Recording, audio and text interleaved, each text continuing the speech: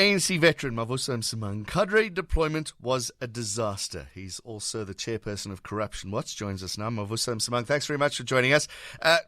Cadre Deployment, a disaster. Why do you say so? There's no clarity. Can you hear me? Yeah, go for it. Go ahead. Oh, yeah. Thanks very much. Thanks for the invitation. I should say that the deployment of to the public service by political parties of people with a specific set of skills and expertise is practiced in a number of countries. In fact, the two biggest economies in the world, the United States and China, practice cadre development. I think we must understand that in principle there is nothing wrong with it. The civil service implements the programs, policies of the party that's voted into government democratically. What's very, very important is that in any situation, the state and its bureaucracy should be shielded from capture by narrow party political interests. On the contrary, it should just be allowed to be sufficiently networked into the national goals of the development plans of South Africa.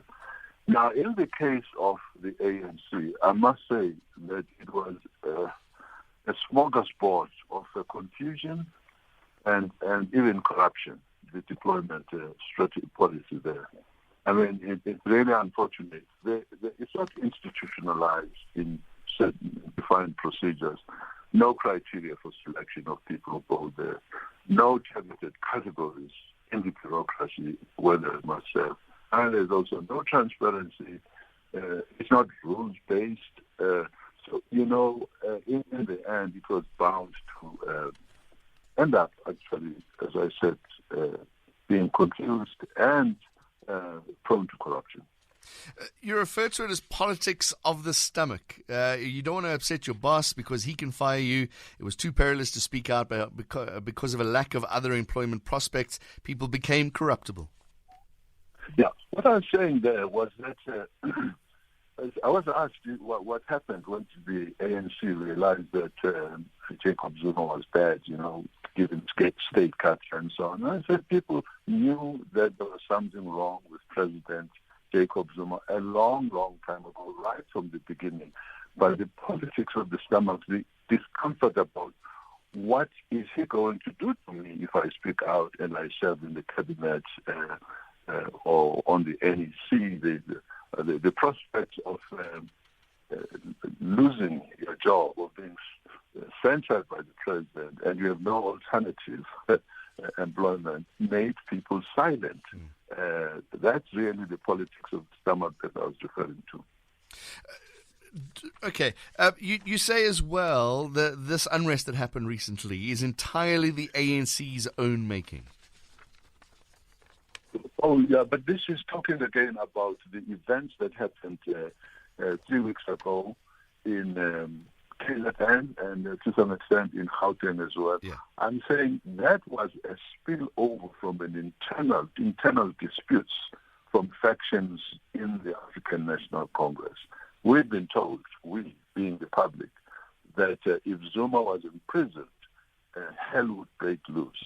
There would be unrest. There would be, the pretense was given that there would be a public mass uprising, discontent. No, there were saboteurs who, in the ANC, who wanted Zuma not to be arrested because he was a champion of radical economic transformation, and if he was arrested, the hell would break loose.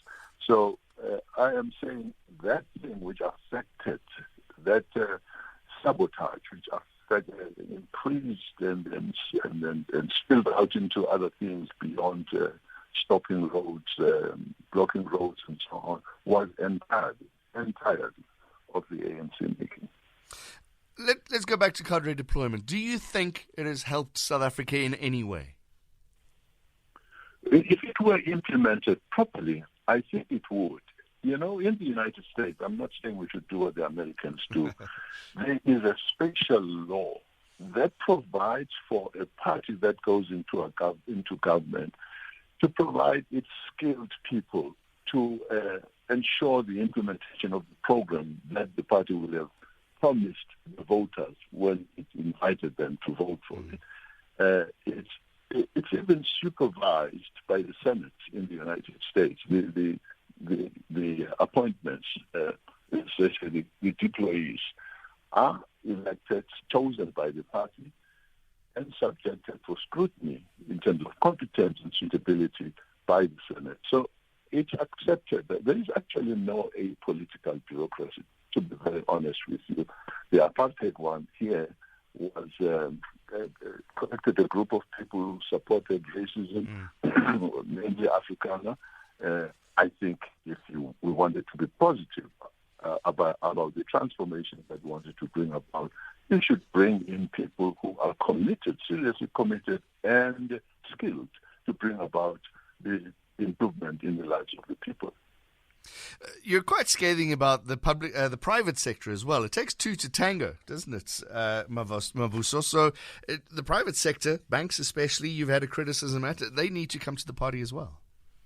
Absolutely. I said I cannot understand why it took so long for the banks to discover that there was something seriously amiss in the movement of funds by the Grootes. Maybe there are others, but the Grootes have really caused this biggest damage to our economy through these fraudulent transactions, but also providing advisors and all of it, not the private sector, but the institution, the private sector, McKinsey, Bain, all of those have committed serious crimes leaning on the state and taking out at the expense of the taxpayers. Oh, absolutely, there is no doubt about that. I make a statement, maybe I overdo it, that in fact without the private sector there is not much corruption that would take place. So underpinning all these things that have been happening are people from the private sector.